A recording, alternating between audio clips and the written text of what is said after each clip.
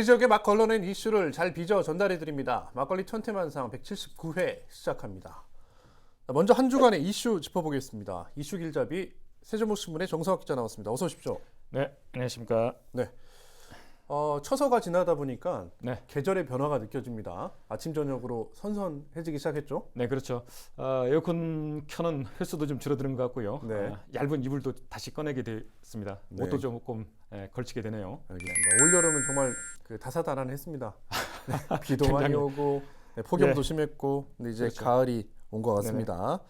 자, 하나하나 짚어보죠. 먼저 네. 첫 번째 픽은 어떤 겁니까? 보시죠. 예. 네. 프로농구단 전주 KCC 헤어질 결심? 잊을만 하면 한 번씩 이렇게 나오는 이슈이죠. 이게 어떤 네네. 내용입니까, 이게? 네, 이번에도 아마 많은 언론들이 보도가 됐었죠. 전국에 몇 안 남은 프로 스포츠 구단이죠. 네. 그리고 농구 팬들의 사랑을 독차지해온 전주 KCC 이지스 농구단의 연고지 이전설 네, 이를 그러니까 둘러싼 파문이 확산되고 것처럼 있다는 전주 겁니다. KCC잖아요. 예, 맞습니다. 그러니까 연고지가 전주인데 네네네. 전주를 떠나겠다. 네. 전주와 헤어지겠다라고 하는 이슈들이 뉴스들이 나오면서 화들짝 팬들이 놀랬는데 네네. 이유가 뭡니까? 네. 좀 전에 설명드렸듯이 KCC의 반발은 사실 이제 2016년에도 한번 있었거든요. 연고지 이전설이 불거졌을 그렇죠. 때도 한번 큰 논란이 됐었는데 처음에는 그 당시에는 무려 50년이나 된 낡은 홈구장 전주 실내체육관을 얘기하는 거죠. 실내체육관을 고쳐주지 않아서 발끈한 건데요. 네. 안전에 문제가 있다. 뭐 안전등급도 C등급이 맞습니다. 나오고 그때도 이미 문제가 계속 됐었죠. 근데 이번에는 문제의 실내체육관을 신축 이전 사업을 지금 6월달에 착공을 했지 않습니까? 네네. 근데 너무 서두른 게 또 화근이 된 겁니다. 뭐 이런 겁니다. 아마 뉴스 보신 분들은 아시겠지만 전주시가 문제 실내체육관을 비롯해서 야구장 그리고 육상 경기장 등 전주 시내에 있는 낡은 스포츠 시설들을 전주 월드컵 경기장 옆에 한꺼번에 다 신축 이전하는 종합 스포츠타운 조성 사업을 6월 말에 착공을 했지 않습니까? 그렇죠. 바로 그 사업을 추진하면서 문제의 실내체육관 전주 KCC 이지스가 사용하고 있는 실내체육관을 2025년에 철거를 하겠다. 그리고 방을 빼라는 얘기였죠. 그리고 신축될 실내체육관은 2026년 말에 준공이 되는데 그때까지 그럼 한 1년 반 정도 1년 반 정도가 있죠. 그때까지 제2 홈구장이 군산에 있는 월명체육관을 이용했으면 좋겠다. 문제는 협의가 아니라 일방적으로 통보하다시피 갑작스레 통보를 하다 보니까 KCC 이지스 측에서 발끈한 겁니다. 그러니까 우리 정상학 기자가 이제 50년 얘기하잖아요. 이게 반백년입니다. 무려. 예. 건축물이. 네네네. 물론 이제 괜찮게 지어진 건축물들이야 뭐 100년이라도 괜찮을 수 있습니다만 어찌됐든 이 실내체육관은 제가 뭐 대학 다닐 때 훨씬 이전부터 그 자리에 그대로 있었는데 그래서 팬들 사이에서는 뭐 주차장도 좁고 시설도 오래돼서 낡고 그다음에 관중석도 불편하다 그런 문제들이 계속 지적돼 왔잖아요. 네, 맞습니다. 좀 전에 말씀하셨듯이 반백년 된 딱 올해로 50년 된 건물이다 보니까 우스갯소리로 거의 근대 문화유산급이다라고까지 할 정도인데 그러다 보니까 좌석도 관람석도 4,800석인데요. 4,800석이면 어느 정도 적은 숫자이냐면 국내에 10개 구단이 있는데요. 10개 구단이 사용하고 있는 제1 홈구장 중에서 가장 적었고요. 그리고 좀 전에 말씀하셨듯이 건축물 안전등급도 C등급을 받을 정도로 안전사고 위험도 지금 큰 상황입니다. 게다가 뭐 주차장이라든가 편의시설이라든가 이런 것들이 태부적이다 보니까 홈경기가 주로 이제 주말에 한 번씩 치러지지 않습니까? 홈경기가 치러질 때마다 그 일대가 아주 아수라장이 되고 민원이 발생, 속출하고 당연히 팬들께서는 창피하다. 이게 뭐냐? 뭐 새로 지어달라 이런 얘기들이 굉장히 많았었죠. 알겠습니다. 헤어질 결심을 구단 측에서는 했는지 모르겠는데 전주시가 화들짝 놀라서 수습하고 나왔었는데 어떻게 수습이 됐습니까? 네, 일단 뭐 결론부터 말씀드리면 전주시 측 주장은 수습이 됐다라는 주장을 내놨고요. 전주시는 일단은 우리가 헤어지지 않기로 했다. 다시 재결합을 했다는 얘기입니다. 이런 겁니다.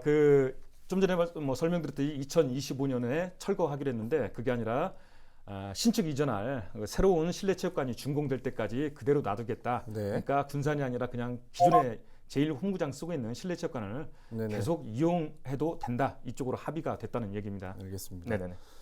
그러니까 전주 KCC도 서운할 법도 해요. 네, 그렇죠. 왜냐하면 사실 신축 체육관 건립이 그 이름도 사실 오랜만에 불러봅니다. 김완주 전주시장 때부터 약속이라면 약속을 했던 건데 그동안에 벌써 시장이 4번이나 바뀌었잖아요. 그렇죠. 근데 같은 말만 항상 반복하다 보니까 팬들도 그렇고 구단 측에서도 굉장히 서운할 법한데 다만 이제 전주 KCC도 연고지 시민들이나 팬들을 위해서 좀 더 나은 팬 서비스를 하면 네네. 더 많은 찐 팬들을 만들 수 있을 것 같다라는 생각도 들고, 또 하나는 맞습니다. 사실 이게 말이 연고지지 선수나 스태프들 모두 훈련장이나 뭐 아니면 생활 공간 지역 네네. 다 다른 지역이잖아요. 경기 네네. 당일만 와서 전주에서 경기하고 지금 떠나다 보니까 그런 비판도 좀 사실 있는데. 맞습니다. 사실 전북 현대하고 좀 많이 비교가 되는데요. 그렇죠. 뭐 현대 같은 경우는 이쪽 지역사회 공헌 활동도 굉장히 많이 하고 있고요. 맞아요. 또 농산물 판매라든가 이런 건 촉진해주는 그런 역할들을 굉장히 많이 해주고 있고요. 아까 숙소 문제도 얘기하셨는데 여기에서 심지어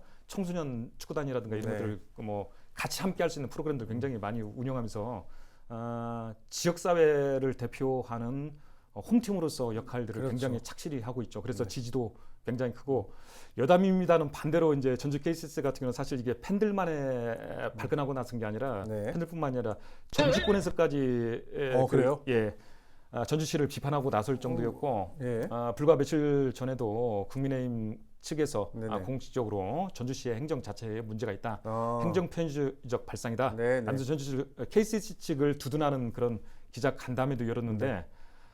공교롭게도 저도 그 현장에 있었지만 저를 포함해서 기자들이 관심 갖고 그 귀의령 기자는 단 3명에 불과했습니다. 나머지 기자들 같은 경우는 사실 등을 돌리고 있을 정도로. 이유가 바로 그거였습니다. 전주 KCC가 네. 전주를 연고지라고 하고 전북 뭐 군산을 비롯해서 네네네. 연고지라고 하는데 과연 지역사회 공헌 활동을 한 게 뭐가 있냐, 전북현대하고 비교를 한 겁니다. 네네. 그래서 의구심이 든다. 그 부분에 대해서는 앞으로 이 문제가 실내체육관 문제가 해결이 된다라고 하면 앞으로 이 부분에서 KCC 측도 네. 지역사회와 함께 할 수 있는 지역 시민들이 좀 더 많이 참여할 수 있는 그런 프로그램들을 아마 고민해봐야 할 거다라는 지적이 많았죠. 그래요. 그런 비판 네네. 같아요. 뭐 실내체육관 건립하는데 우리 네네. 시민들의 혈세가 한두 푼 네. 드는 게 아니잖아요. 근데 사실은 많이 들어가죠. 그 대부분의 그 네. 시설을 만약에 계속 유지가 된다면 네네네. 프로구단에서 사용할 텐데 네네. 그만큼의 또 어떤 아까 말씀드렸던 네네. 지역사회 공헌 그런 것도 네네. 필요하다 그런 네네. 말씀도 덧붙여서 드립니다. 네. 자, 다음 픽 보실까요? 아이고. 네, 좀 일단 그림부터 조금 무섭습니다. 네, 그렇죠. 네, 영화에서나 볼 법한 총기 강도. 그냥 우리나라에서 굉장히 드문 일인데요. 네, 그렇죠. 이런 일이 우리 지역에서 또 벌어졌잖아요. 네, 뭐 흔히 헐리우드 영화에서나 볼 법한 네. 사건인데요. 전국적 소동이 벌어진 바로 그 익산 총기 무장 강도 사건 소식입니다. 지난 21일 오후 7시였죠. 그 익산시 한 편의점에서 발생한 사건인데요. 권총으로 무장한 강도가 갑자기 편의점에 들이닥쳐서 현금 50만 원을 빼앗아 달아난 사건인데요. 곧바로 신고를 받고 출동한 경찰이 약 3시간 만에 익산 시내를 배회하던 용의자를 체포하면서 사건은 일단락된 사건입니다. 문제의 용의자 붙잡고 보니 우루과이 국적의 30대 청년이었는데요. 붙잡고 보니까 가지고 있었던 권총 알고 보니까 동네 마트에서 구입한 장난감총으로 이렇게 밝혀진 겁니다. 저도 사실 이게 딱 그 사건이 발생하고 나서 저거 장난감 총일 가능성이 높겠다 그런 생각은 들었어요. 왜냐하면 우리나라에서 그 총기 강도 사건이라는 게 굉장히 드물잖아요. 그렇죠. 그리고 이제 CCTV를 당시 경찰이 확인해 보니까 이 우루과이 남성이 지퍼를 쓱 내리면서 이렇게 총을 보여줬다는 거 아닙니까? 맞습니다. 영화의 한 장면처럼. 근데 만약에 정성환 기자라면 정호번이라고 하면 위협을 느끼겠습니까? 안 느끼겠습니까? 저도 느꼈을 것 같습니다. 그럴 것 같아요. 이유는 바로 그겁니다.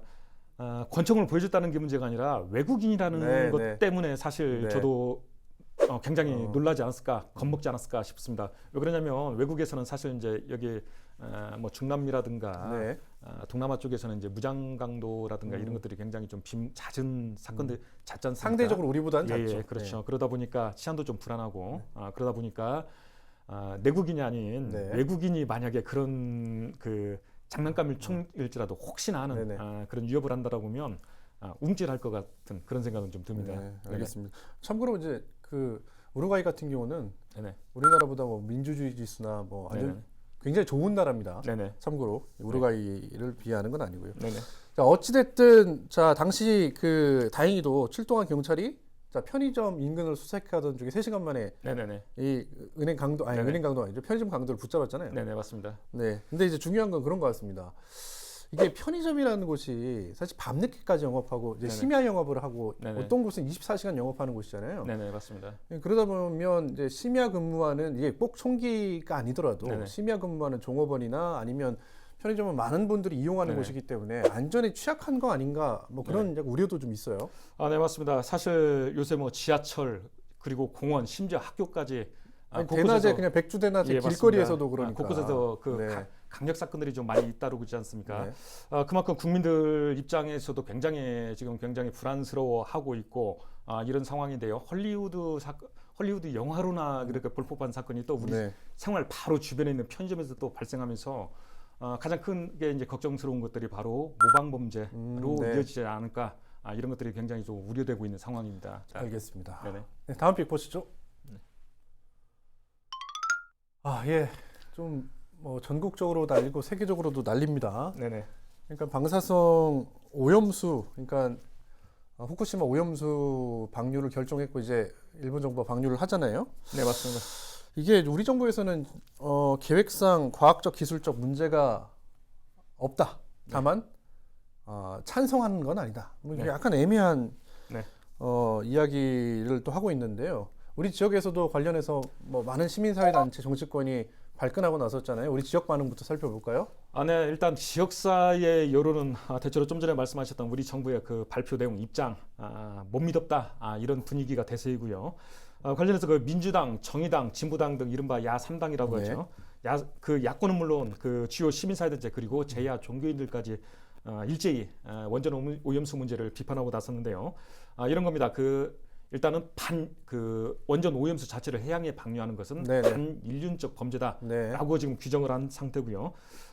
그렇다 보니까 일본 정부만 비판하는 게 아니라 좀 전에 말씀하셨던 우리 정부를 못 믿었다 하는 것 같다는 얘기가 이제 거기서 나오는 건데 바로 우리 정부가 취하는 자세 또한 네.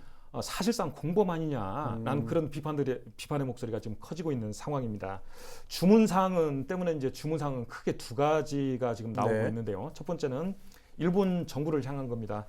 당장 그 오염수 방침을 멈춰라. 철회하라는 네. 거고요. 두 번째는 이제 우리 정부를 향해서 주문하는 요구 사항인데 바로 그 폐기물 자체를 해양에 투기하는 것은 국제 저기죠. 런던 협약이죠. 예, 국제 조약인 런던 협약을 위반할 소지가 높다. 사실상 위반이다라고 네. 이제 정의를 하고 있는데 따라서 우리 정부는 즉각적으로 일본 정부를 국제해양재판소에 제소해야 한다는 그런 요구 사항이 커지고 있는 상황입니다. 그 전에 그거부터 있죠. 일단 방류 반대 의사를 좀 밝혀라.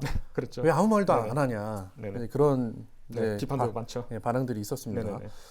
근데 당장 이제 그 걱정되는 건 바로 그겁니다. 우리 전체 뭐 일본이야, 네네. 뭐 일본 정부에서 어민들한테 뭐 몇천억씩 뭐 투자해가지고 뭐 지원한다고 하니까 그렇다. 네네. 실제로 우리는 뭐 우리 어민들에 대한 네네. 지원 계획이 하나도 없잖아요. 네, 그래서 맞습니다. 최근에 나온 계획이라는 게 급식에 네네. 수산물을 많이 투입해라. 뭐 그런 게 네네. 사실 이상한 대책밖에 안 나오고 네네. 있는 건데 일단 수산업자들도 문제고 네네. 우리 소비자들 같은 네네. 경우도 이 생선을 먹어야 되냐 말아야 되냐 그런 네네. 걱정이 있잖아요. 정석 기자는 생선을 아주 주로 섭취하는 소비자 아닙니까?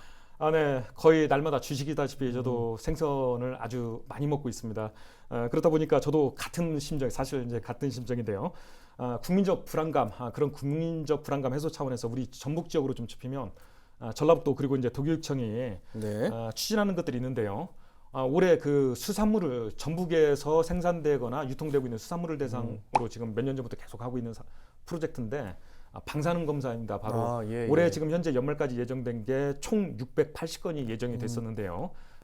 올해 갑자기 일본 정부가 그 방류를 결정했지 않습니까? 네. 따라서 20건을 좀 추가로 해서 더 하겠다. 700건을 하겠다는 총 700건을 거네요. 지금 하겠다고 예. 결정한 상황이고요. 그 700건은 추석 직전까지 집중적으로 하겠다는 건데요.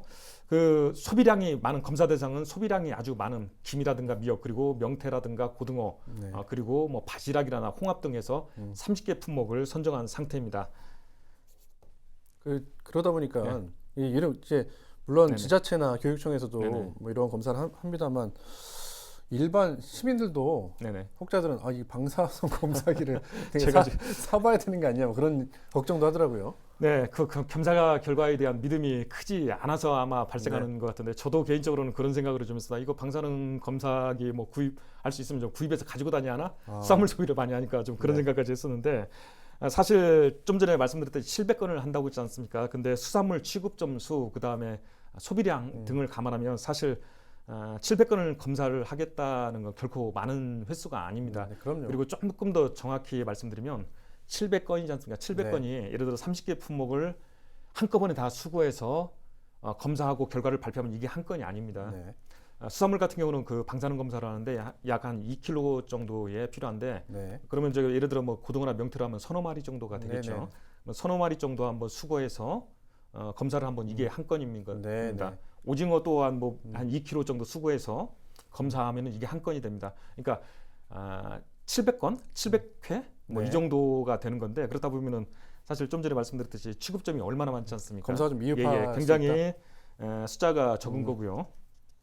다만 좀 전에 말씀드렸듯이 일반인들이 그렇다면 일반 소비자들 입장 또는 뭐 저기 생산자나 판매자들이 방사능 검사를 직접 할 수 없지 않습니까? 따라서 이제 사실 믿을 수밖에 없는 네네. 그런 이제 현실은 그런 건데 그러다 보니까 참고하는 수준 정도를 네. 좀 고려해야 할 것 같습니다. 그 관련해서 그 결과 검사 결과는 식품의약품안전처에 들어가 보면은요 수입식품 방사능 안전 정보라는 별도의 코너가 있습니다. 네네. 누리집이 있는데 여기에 가면 우리 전북 지역 그 검사 횟수라든가 검사 네. 방법 결과까지 다 공개가 돼 있으니까 참고하시면 좋을 것 같습니다. 뭐 문제가 생기면 네. 또 언론에 공개되겠죠. 네, 저희가 알겠습니다. 열심히 취재해서 공개하겠습니다. 그러겠죠. 네네. 알겠습니다. 네, 이번 시간에는 천태만상 천태만평 전북일보 정윤성 화백의 만평으로 보는 세상 이어가겠습니다. 먼저 오늘 준비한 첫 번째 만평부터 보시죠.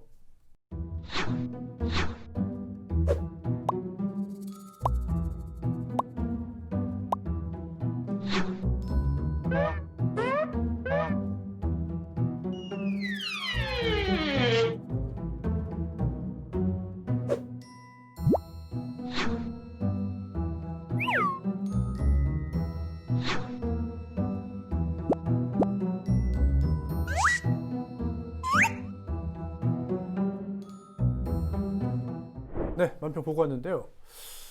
이게 최근에 우리도 한번 다뤘죠. 순살 네네. 아파트 해가지고 LH 철근 누락 관련된 얘기가 있는데 첫 번째 화면에는 두 번째 컷에는 라임을 맞췄네요.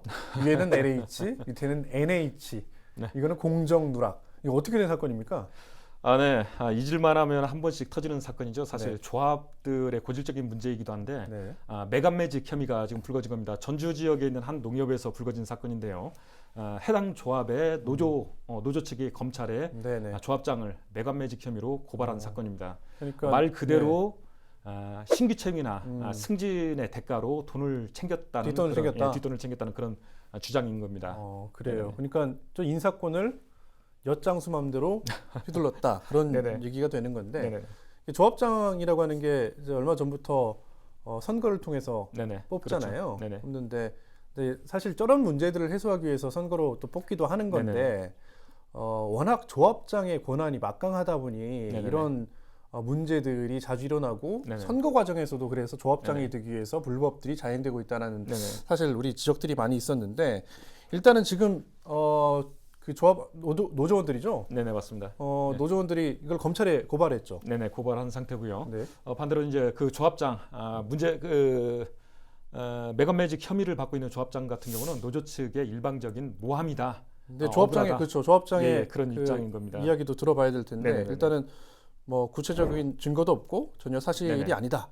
네네. 그리고 농민과 전주 농협을 위해서 최선을 다했을 뿐이다. 네. 라고 그럼에도 불구하고 노조 측이 자기를 네. 모함하기 위해 허위 사실을 퍼뜨리고 있는 거다. 뭐 이런 지금 네. 주장을 하고 있는데 뭐 양쪽 주장이 팽팽만큼 사실 이제 진위 여부는 검찰에 어차피 고발장이 접수가 됐으니까 수사 결과로서 좀 나오지 않을까 싶습니다. 알겠습니다. 네네. 수사 결과 한번 지켜보죠.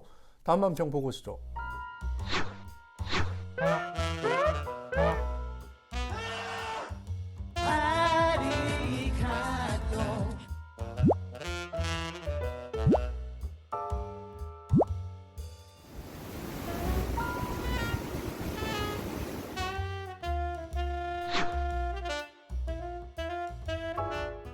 네, 역시 좀 가장 뜨거운 이슈죠. 네네, 그렇죠.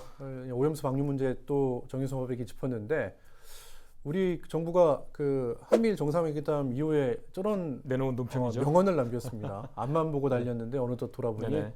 우리가 세상의 맨 앞에 네네. 서 있다라고 네네. 했는데 정윤석 화백은 그 세상의 맨 앞을 오염수 방류의 끝지점이라고 본 것 같아요.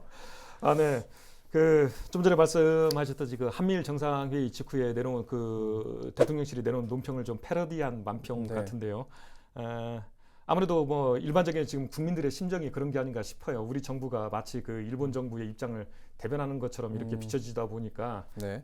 맨 앞에 서서 굳이 사실 원인 제공자는 일본 정부이니까 일본 정부가 해결해야 할 문제인데 그걸 우리 정부가 마치 대신해서 해주는 것처럼 그렇게 모양새가 비춰지다 보니까 이런 얘기들이 나오는 게 아닌가 싶습니다. 역시 만평도 그런 의미를 좀 담아낸 것 같습니다. 그렇죠. 최근에는 대통령실에서 직접 예산을 투입해서 제작한 네네. 홍보 후쿠시마 영상도. 오염수가 네네. 문제 없다라고 하는 네네. 그 영상이 또 네네. 논란이 되기도 했고요. 네네. 우리 국민들만 사실 그렇게 생각하는 건 아닌 것 같아요. 네네. 우리 국민 물론 대다수 다 그렇게 생각하는 건 네네. 아니겠지만 그린피스에서도 이런 네네. 얘기를 했어요. 일본 정부의 무책임과 네네. 자, 인접국의 권리를 행사하지 않은 한국 정부의 방조가 낳은 합작품이다. 그렇게 네네. 비판을 네. 자, 했는데요. 자, 과학적 기술적으로 문제는 없지만 찬성하지는 않는다. 예, 사실 이런 애매한 우리 정부의 입장도 이상하지만 일본 네네. 정부의 이중적인 태도를 또 안 짚고 넘어갈 수가 네, 없는데요. 그렇죠. 앞서서 정석 기자가 얘기했던 것처럼 지난 1993년이죠. 네, 런던 전역이요. 그렇죠. 네. 러시아 해군이 동해상에 방사성 폐기물을 버렸다가 발각돼 가지고 이때 네네. 일본이 아주 강하게 반발했습니다. 앞장섰었죠 그때는. 그렇죠. 일본이. 네. 심지어 저 폐기물 투기에 의한 해양 오염 방지 협약 네네. 아까 얘기했던 런던 협약의 부속서를 개정해서 네네. 그때 모든 핵 폐기물의 해양 투기를 전면 네. 금지하도록 하는데 네네. 일본 정부가 앞장서서 네네. 이 개정서를 만들었습니다. 네, 당사자였죠. 네, 그런데 이제 본인들 일이 되다 보니까 네네. 이제는 뭐 세계적인 우려에도 불구하고 나몰라라 하고 있죠. 인류 공동이 사용하는 바다에 오염수를 버리겠다고 하는 네네. 사실 좀 얄밉기도 합니다. 근데 네네. 아리가또 하고 있네요. 네네. 조만간 이 문제는 메인 안주에 올려서 다시 한번 다뤄보도록 하겠습니다. 네, 정석 기자 여기까지 듣죠. 네. 수고했습니다. 네.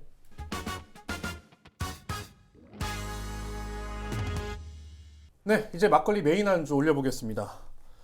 네, 고물가의 고금리까지 가뜩이나 먹고 살기 팍팍한 요즘에 사람들의 심리를 교묘하게 파고들어서 돈을 뜯어내는 사기꾼들이 있다고 합니다.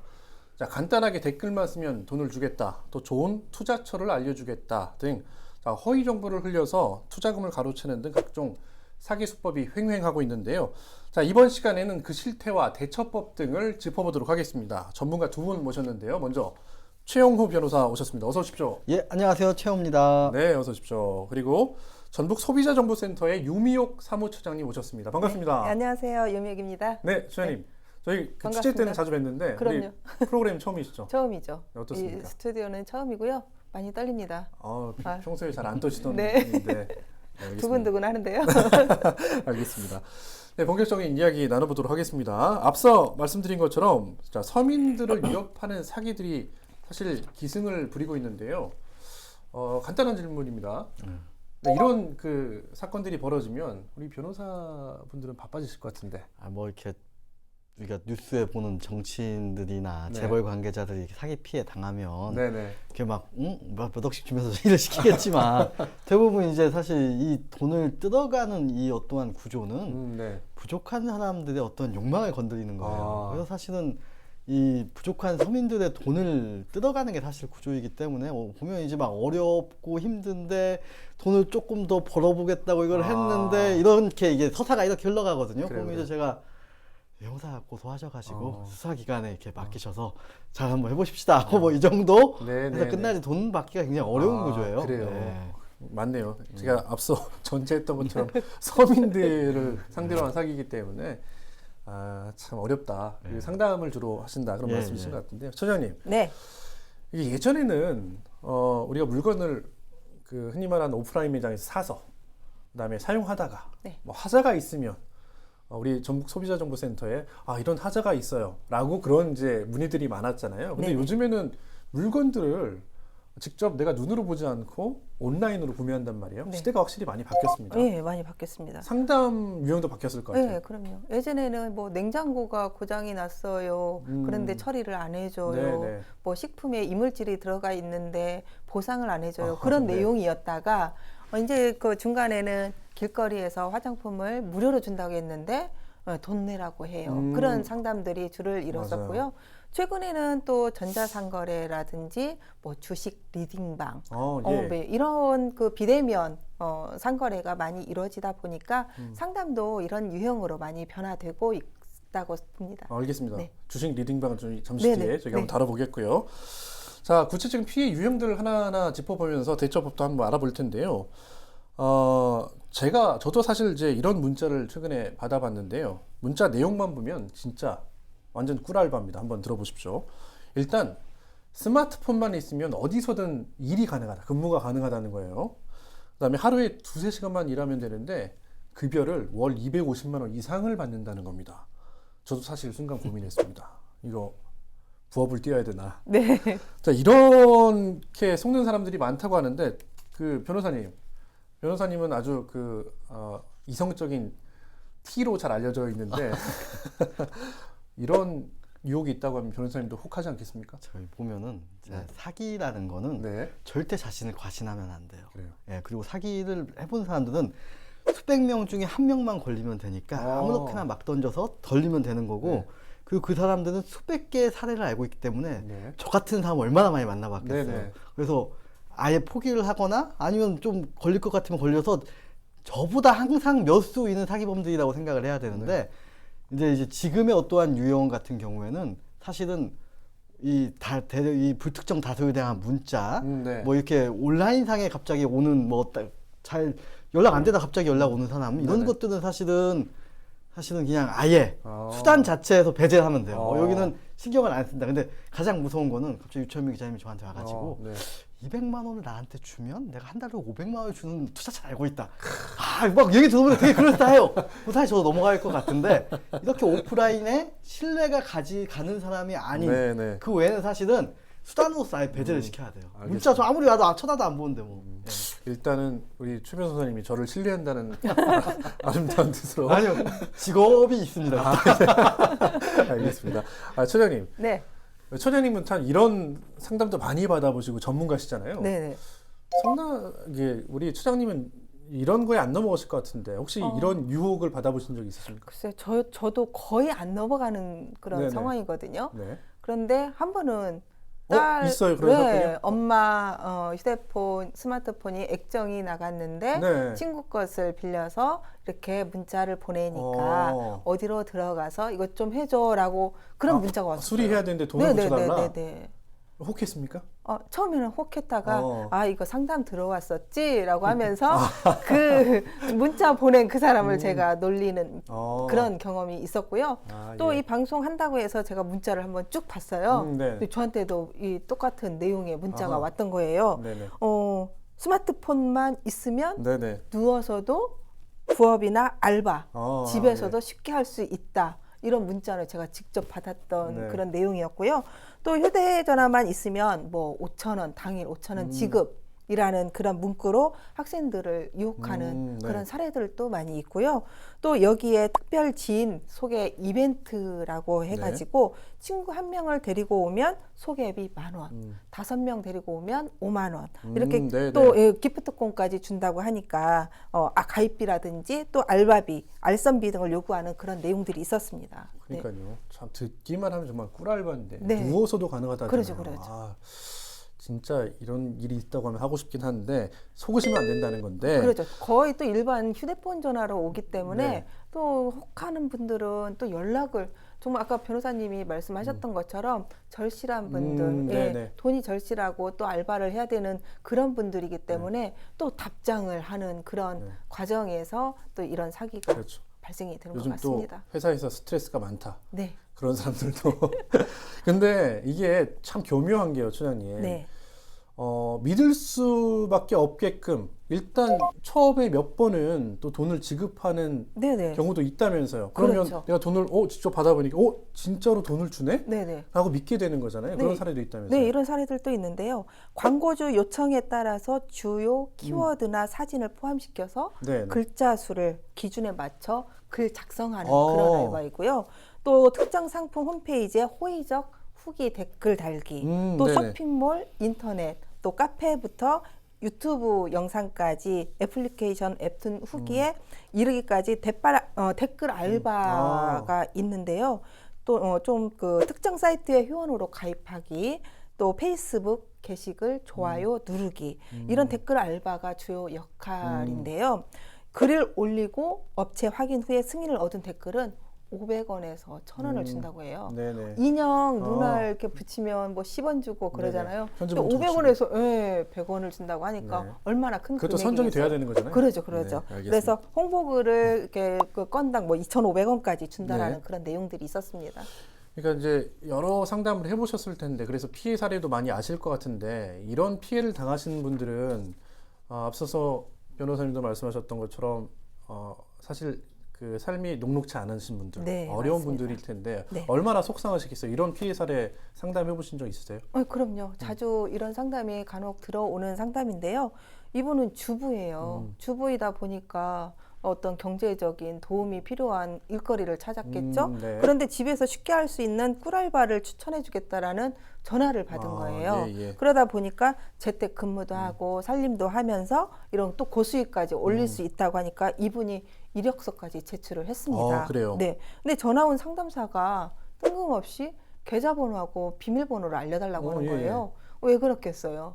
말이 안 되죠. 네네네. 네. 실제 구매자만 이렇게 작성할 수 있는 상품평을 쓰려면 네. 일단 그 계좌에 돈을 본인들이 넣고 아. 상품을 구입을 해서 상품평을 쓸 수 있도록 해주겠다. 내가 구매자인 것처럼 네네. 실제 구매한 다음에 네. 그래서 이분한테 당신이 돈이 들어가는 건 아니고 내가 직접 돈을 넣어야 되기 때문에 통장 계좌번호와 비밀번호를 알려달라고 한 거예요. 그러니까 빈 계좌, 네네, 빈 계좌. 돈이 없는 빈 계좌의 계좌번호하고 네. 통장번호만 알려줘라. 네네네. 이거 뭐 네 돈이 있는 것도 아니잖아. 그렇죠. 내가 내 뺄 돈이 수도 없고 아니죠. 돈이 네네. 없으니. 네. 그러니까 그것만 알려주면 내가 그 계좌를 통해서 입금했다가 출금했다가 할 네. 테니까 그거 알려줘라. 그렇게 그렇죠. 된 거네요. 그래서 이 소비자는 이제 빈 통장이니까 뭐 내 통장에 돈이 없으니까 여기에서 빼가지도 않겠지라고 하면서 한번 해볼까라고 네. 생각을 했는데 다행히 남편이 네. 공공기관에 근무하셨던 분이에요. 아하. 그래서 이 내용을 듣고 보니까 이 대포통장이라고 혹시 네, 들어봤느냐.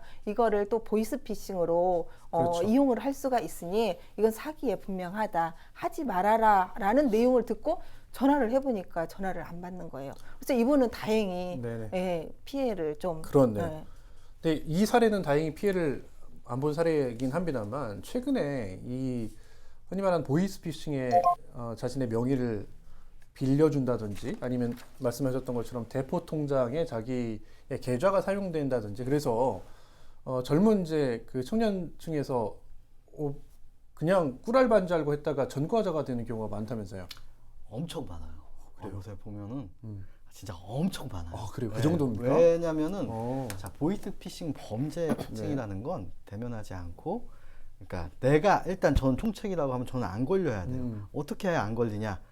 전 일단 연락은 해야 될 거 아니에요. 근데 연락처가 다 넘어요. 요새는 다 남잖아요. 그렇죠. 그럼 이게 대포폰이어야 돼요. 일단 그리고 대포폰. 돈을 주고받으면, 그리고 이 돈을 주고받으면 모든 계좌거래 남잖아요. 네. 그럼 내가 안 걸리려면 대포 통장이어야 돼요. 그리고 인출도 사실은 내가 만약에 걸려서 어떻게든 내가 인출을 해야 되잖아요. 돌리더라도 인출을 하려면 사실은 내 통장에서 뽑으면 안 되니까 결국엔 대포 통장에서 인출을 ATM 가서 인출할 사람이 있어야 돼요. 그렇죠. 사실은 대포폰과 대포 통장까지만 해도 예전에는 이거 돈 주고 사고 뭐 하고 아까 같이 어떻게든 이런 식으로 속여가지고 네네. 통장을 하나 만드거나 어떻게 속여가지고 돈 얼마 줄 테니까 잠깐 빌려달라 하는 식으로 뭐 비밀 전화번호를 만들거나 이거 여기까지는 사실은 이제 피해자인지 가해자인지 애매한 경우가 있어요. 근데 이분들도 이제 금전적 대가가 있으면 다 처벌받아요. 그렇죠. 예.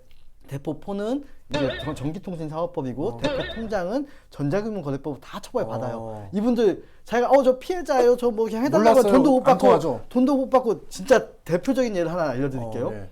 보통 문자로 와요. 제가 강원도에 어디 업체인데 네. 세금 때문에 그래요. 하면서 문자로 이제 읽어봐요. 네네. 세금 때문에 그러는데 통장을 이틀만 저한테 우편으로 보내서 이제 비밀번호랑 카드랑 통장을 이틀만 빌려주면 200만 원 드릴게요. 200만. 정말 급해서 그래요. 세금 하루에 때문에 200만 그래요. 원이에요? 네, 세금 때문에 그래요. 그러면 혹해서 전화도 해보고 할 거 아니에요. 그럼 뭐 우리 업체다 어느 업체다면 다 업체 있어요. 네. 업체다 검색해보니까 업체도 있어 실제로. 네, 보내면 그 순간 이제 연락 끊기고 자기 통장만 없어지게 네. 되는 거예요. 이때 바로 조치 안 취하면은 네. 이 통장은 대포 통장으로 거래가 되고 한 달, 두 달 후에 분명히 연락이 와요. 네. 경찰한테. 네. 어디 이제 보이스피싱 네. 하셨죠? 공범으로. 왜냐면 여기 내 통장 상황에서 네가 공범이 아니라 네가 주범이라고 생각을 하는 거 일단은. 네. 너 보이스피싱 하셨죠? 하면 이제 알고 보면 이제 대포 통장이니까 전자금융으로 기소를 하는 거고. 네. 예전에 영화 같은 거에 보면 수거책들이 이렇게 모여가지고 이제 인출하는 거예요. 이제 네네. 대포폰, 대포 통장 넘어가서 수거책인데 예전에는 수거책들이 보이스피싱 범죄의 하부 조직 정도로 여겨졌어요. 네. 그래가지고 영화를 지금도 보이스피싱 관련 영화를 보면은 막 오토바이 타가지고 막 수거하고 막 이런 것들이 나오는데 그렇죠. 얘네들이 다 잡혀가고 예전엔 얘네들 잡혀갔자 벌금 내거나 뭐 저기 뭐 그 집행유예도 나오니까 그냥 별거 아니었는데 요새 다 그냥 징역형 실형 받아요. 그러니까 네, 네. 이 사람들을 못 구해요. 이제 하부책들은 다 사라지고. 왜냐면 다 잡혀요. 지금은 안 잡힐 수가 없어요. ATM기나 뭐나 CCTV가 곳곳에 있고 네, 저 사람이 이동 경로가 다 나오기 때문에 안 잡힐 수가 없기 때문에 다 걸려요. 그러니까 지금 그러다 어떻게 보니? 하냐? 이제 알바 모집하는 거죠. 아. 알바 모집해서 저희 추심업체다. 우리가 저희- 보이스피싱 업체입니다 이렇게 얘기 안 이렇게 안 하죠. 하죠. 이제 알바 모집에 네. 뭐 사업자 등록부 뭐 아. 우리는 어디 뭐 법인 아니면 법무사 사무실인데 추심 네. 업무해요. 어디 금융회사인데 추심 업무 하는데 네. 사실 이게 약간 좀 비합법적인 요소가 있기 때문에 네. 좀 은밀하게 해야 된다 해가지고 어디 가서 돈 받으시면 되는데 둘한테 다 얘기해요. 피해자는 돈 주는 사람은 저 이거 사실 이거 보통 그러거든요. 1,000만 원 만약에 대환하고 1,000만 원짜리 대출 저리로 나가는 거니까 네. 사실 이거 비합법적이다. 여기 돈 받는 사람 직원인데 네. 이름 거짓으로 얘기하고 그냥 돈만 주고 빨리 가셔야지 안 걸린다 라고 얘기하니까 이 사람도 철떡같이 믿고 있어요. 돈 주면서 철떡같이 믿고 있고 여기는 그냥 가가지고 이거 그냥 저 사람이 아마 그냥 그럴 거니까 돈만 받고 아무 얘기하지 마라. 그럼 둘이 가가지고 아무 얘기 안 하고 돈 주고 돈 받고 예. 입금하고 끝내. 입금도 한 번에 입금 못하고 1,000만 원이면 100만 원씩 10번 네. 쪼개서 입금해야 돼요. 그럼 이 사람이 어떻게 되냐? 이 수거책은 네. 사기의 공범. 어허. 요새는 또 사기 교사범으로 기소하더라고요. 네. 아니 사기 방조범으로. 방조범. 그럼 왜 그러냐? 사실은 이게 저도 처음 이거 겪어보면서 만나보면 나 전단지 이거 다 보고 갔어요. 네, 보고 갔어요. 네. 이게 어떻게 사기범이에요? 내가 사기범일 수가 있어요. 내가 어떻게 보이스피싱 뭐 하고 얘기 한마디 안 해놓고 이게 범죄인지 모르는데 어떻게 내가 사기범이냐? 막 얘기하고 사실 이거는 이제 법리적으로 따지면 고의에 관한 문제거든요. 네, 그래서 저도 아무리 생각해도 이걸 그 고의 그 거기가 있었느냐? 방대한 보이스피싱 범죄의 고의도 같이 엮을 수 있을까? 음. 라고 고민을 하게 되죠. 사실은 더 어려워 보이는데 근데 이거는 사법 정책적인 문제가 있어요. 사실은 될 수도 있고 안 될 수도 있는데 근데 이제 사법 정책적인 문제일 수도 있는데 첫 번째는 사실은 네가 그 정도의 어떤 일자리를 구하는데 면접 한 번 없이 가? 네네. 이게 흔한 일일까? 네. 라고 하는 질문이 첫 번째가 있어요. 네. 사실 이게 다 써 있어요. 이제 수사 기록에 그런 부분들이 써 있는 거예요. 두 번째는 네가 겨우 돈 받고 입금 한 번 하는데 그 30만 50만 원씩 받아? 그게 합당하다고 생각해? 이게 정상적인 금액이야? 그렇죠. 게다가 마지막 가서는 1,000만 원을 10번을 쪼개요. 3,000만 원에 30번 쪼개가지고 어디 계좌도 100만 원 입금하세요. 어디 계좌도 100만 원 입금하세요. 이거 보고 하나하나씩 다 누르고 있거든요. 예. 이렇게 거래하는 게 네가 봤을 때 정상이야? 정상이야? 아하. 너는 미필적 고의가 있는 거야. 미필적 고의가 너는 있다. 보이스피싱 범죄는 이걸 보면 알았어야 되는데 네. 모르는 건 네 잘못이다라고 하는데 문제는 뭔지 아세요? 지금 여기서 이 사기의 교사범이나 사기의 방조범이나 사기의 어떠한 굉장히 고의가 약한 밀필적 고의범이 구속되고 있어요. 실형되고 있어요. 네네. 네. 근데 이 사람들이 다 어떤 사람들이냐? 아까 학생, 주부, 어리숙한 사람들이에요. 성인들. 이 사람들이 다 알바, 뭐 30만 원을 줘? 근데 사실 좀 힘들어요. 왔다 갔다 하고 입금하려면 힘들지. 그냥 자기가 한두 번 해보면, 귀찮다. 너무 힘들고 안 한다라고 사람들 실제로 있어요. 네. 나중에 보면 다 찾아갖고 연락이 오면, 보이스피싱 입이 확 벌어지는 거죠. 근데 지금 이 사람은 여기서 끝날 줄 알았는데, 합의 안 하면 구속되고까지 제가 얘기를 해줘야 돼요. 알겠습니다.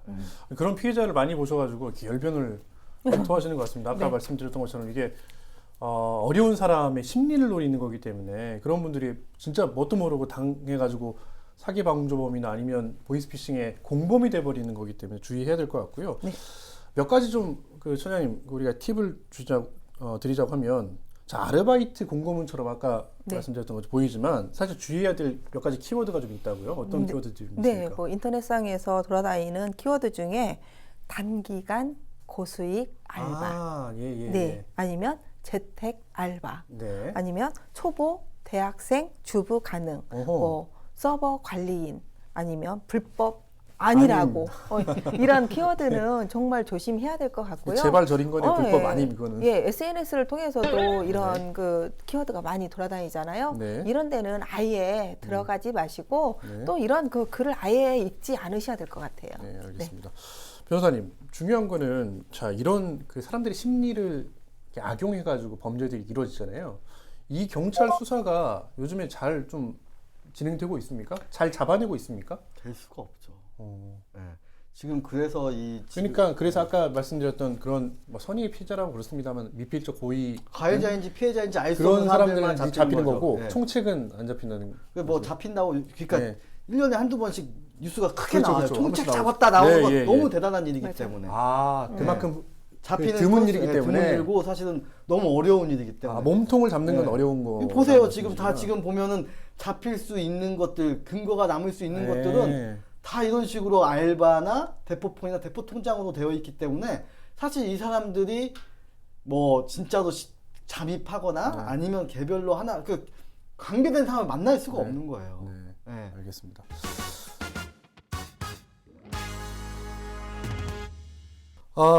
또 이 문제도 한번 다뤄봐야 될 것 같아요. 아주 핫합니다. 바로 코인입니다. 코인 그리고 주식. 네.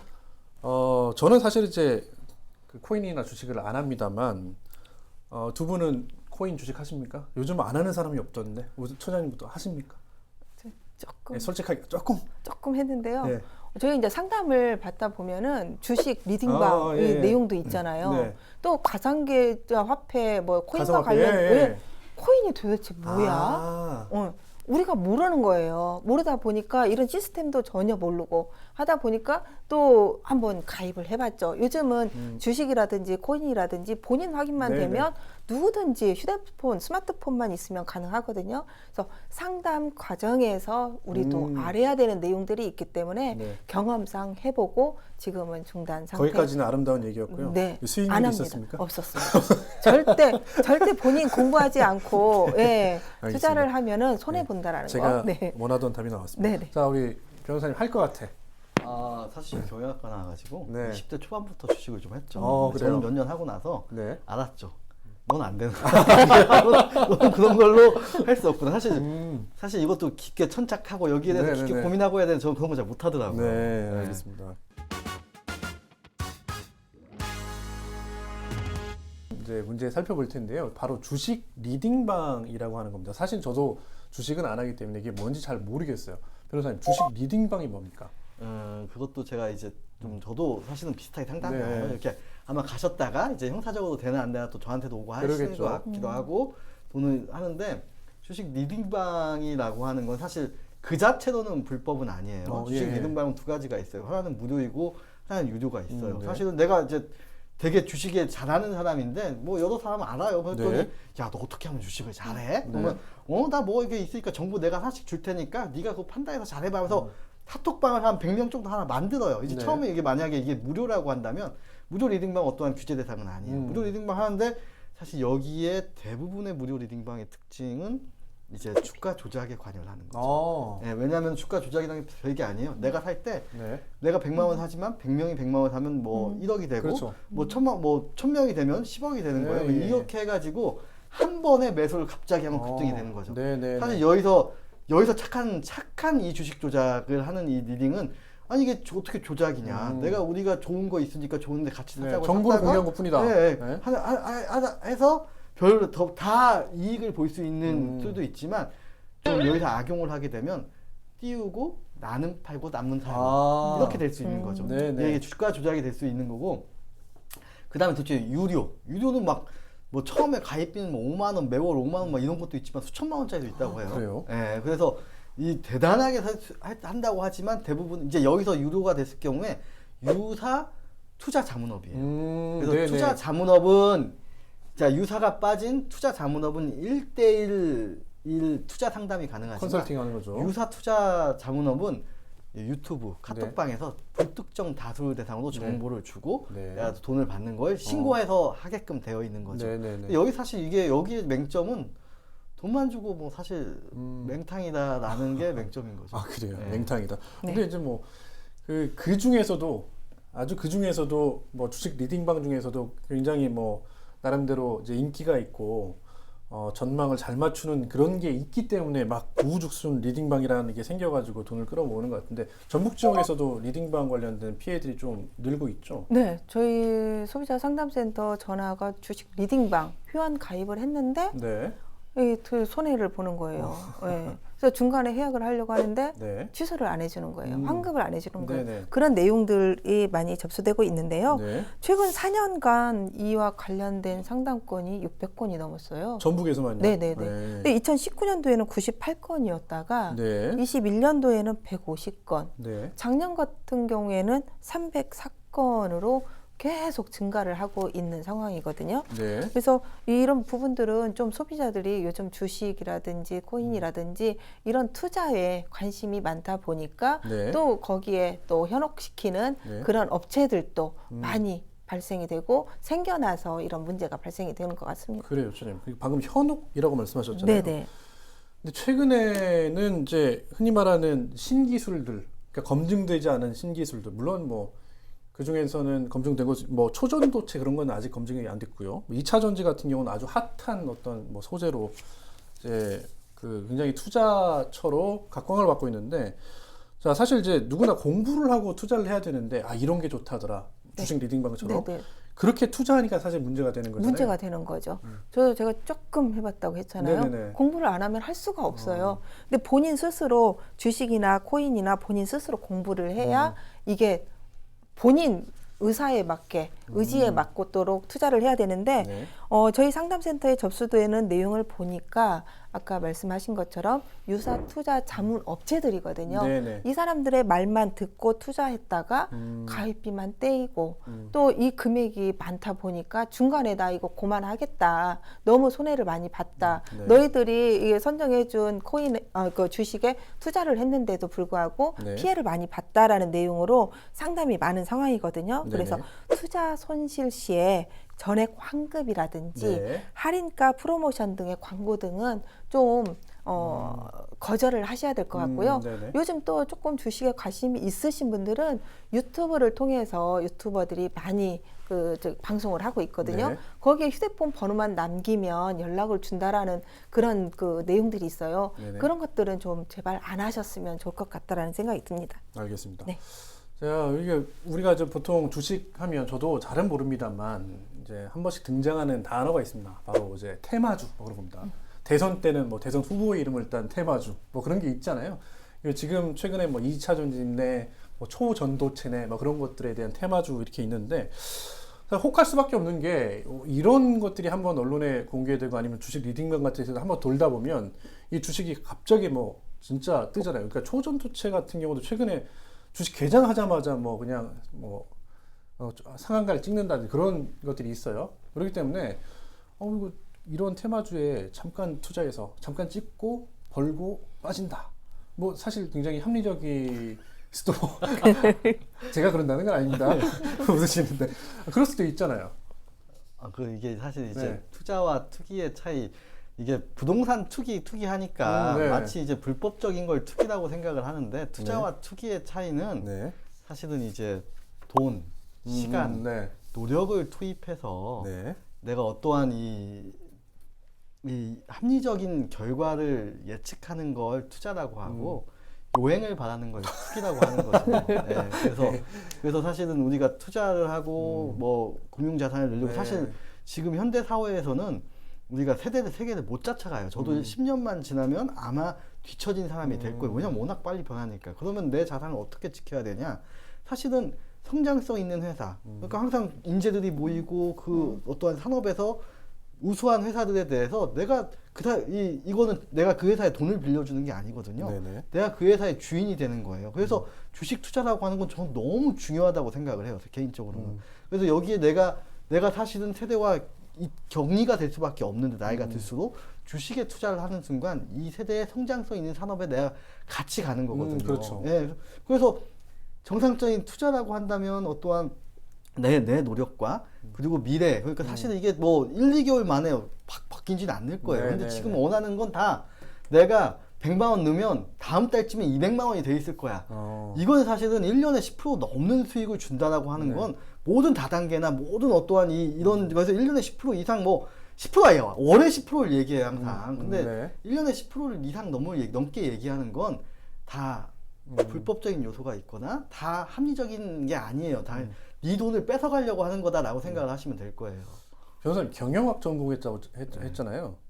학교 다니면서 이런 주식 관련된 공부도 합니까? 기업 가치 평가라는 게 네. 사실은 궁극적으로는 주가와 관련이 돼 있는 그러겠죠. 거죠. 예, 그래서 재무나 이런 거에 다 공부를 하게 돼 있죠.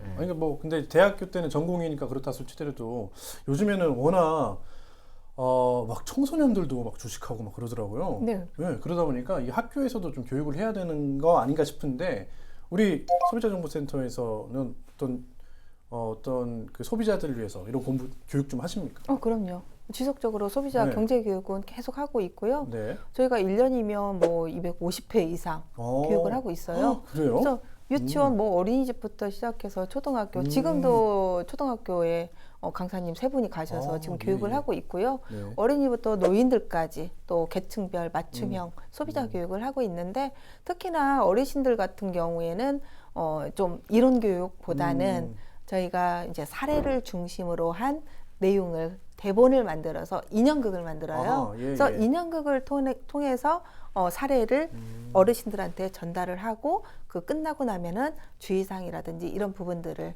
계속 교육을 하고 있습니다. 네, 알겠습니다. 우리 사실 공교육에서도 좀 필요하지 않나 이런 교육들이 좀 생각이 되는데 그런 네. 역할도 우리 소비자정보센터에서 하고 계신다 그런 말씀인 것 같고요. 자, 그 이제 시간이 거의 다 됐는데 이 문제 또 한번 살펴봐야 될 것 같습니다. 뭐냐면 이제 금융 상담 부분인데요. 코로나19 우리가 3년을 이제 긴 터널을 지내고 와서 그 동안에 벌어졌던 어떤 그 새로운 양상이 뭐냐면 비대면 거래가 굉장히 활성화됐다는 겁니다. 관련된 상담도 굉장히 많죠. 그럼요. 저희가 매년 금융 보험 관련 소비자 상담은 1,200건 정도 1,200건이요? 예, 예, 예. 그런데 이제 저희가 이 중에 전주 지역만 네. 저희가 3년 동안 분석을 한번 해봤어요. 네. 그랬더니 총 전주 지역만 548건이 상담이 되었었고 이거를 좀 피해 유형별로 분석을 해 보니까요. 네네네. 계약 해제나 해지, 또 위약금 관련 피해가 60%가 넘은 그런 절반 상황이었습니다. 이상이네요. 네네. 네. 그리고 계약을 이행하도록 해야 되는데 계약 불이행이 네. 그와 관련된 상담이 11%가 넘었고요. 또 부당행위 관련해서 6.5% 등으로 이런 순서였는데 코로나19로 인한 그 비대면 거래가 증가하면서 네네. 또 금융 소외 계층의 정보 부족 등으로 인한 금융 소비자 피해가 계속 발생하고 있고요. 네. 또 퇴직하신 어르신들이 이와 관련된 내용으로 상담을 하시는 분들이 상당수 있습니다. 퇴직한 어르신들, 퇴직하신 분들을 어르신들이라고 하기엔 좀 젊긴 하지만 최근에는 그러죠. 어떤 상담입니까? 그분들은? 네, 이분들은 어디 투자를 아까 말했던 퇴직금 것처럼 관련돼서요? 네네. 아. 이분들은 주식이라든지 또 주식 리딩방. 근데 한 번 이렇게 해서 상담을 해서 처리를 해드리면 네. 이거를 그만하셔야 되는데 계속 지속적으로 한 번 연락하신 분들은 또 연락을 하거든요. 네, 네, 네. 주식 리딩방 같은 경우에는 이건 이제 처리를 해준다고 그래요. 네. A라는 업체와 계약을 했는데 이 A라는 업체 것을 내가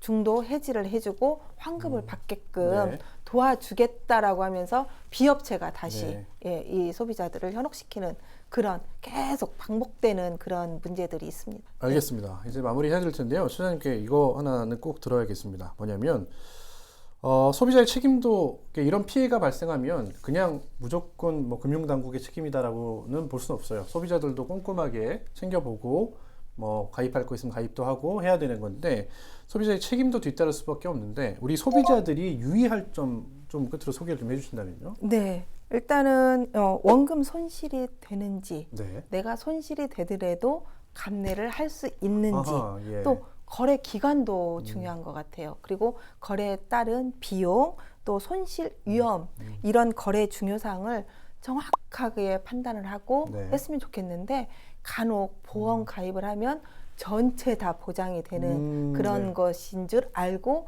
가입하신 분들도 계시거든요. 네네. 그래서 금융도 마찬가지로 좀 펀드라든지 이런 거에 네. 손실, 원금 손실이 분명히 있을 수 있거든요. 그래서 좀 중요하게 판단을 하시고 꼼꼼하게 확인을 하시면 좋을 것 같습니다. 알겠습니다. 근데 이제 우리가 이런 거 상품 가입하다 보면 약관이 이만큼이잖아요. 체감권이에요. 그거 언제 다 읽어볼까라고 생각하면서 안 읽어볼 수 있는데 그래도 꼼꼼하게 좀 따져봐야 된다 그런 말씀 네. 하신 것 같습니다. 소비자들도 공부가 필요하다 그런 말씀이신 것 같아요. 네, 오늘 두 분 여러 가지 정보 알려주셨는데요. 우리 시청자 여러분들도 자, 올바른 투자 또 경제 교육 등에 더 많은 관심 가져주셨으면 좋겠습니다. 오늘 두 분 말씀 고맙습니다. 예, 네, 감사합니다. 감사합니다. 네. 네, 막걸리 천태만상 오늘 준비한 소식은 여기까지입니다. 시청해주신 여러분 고맙습니다.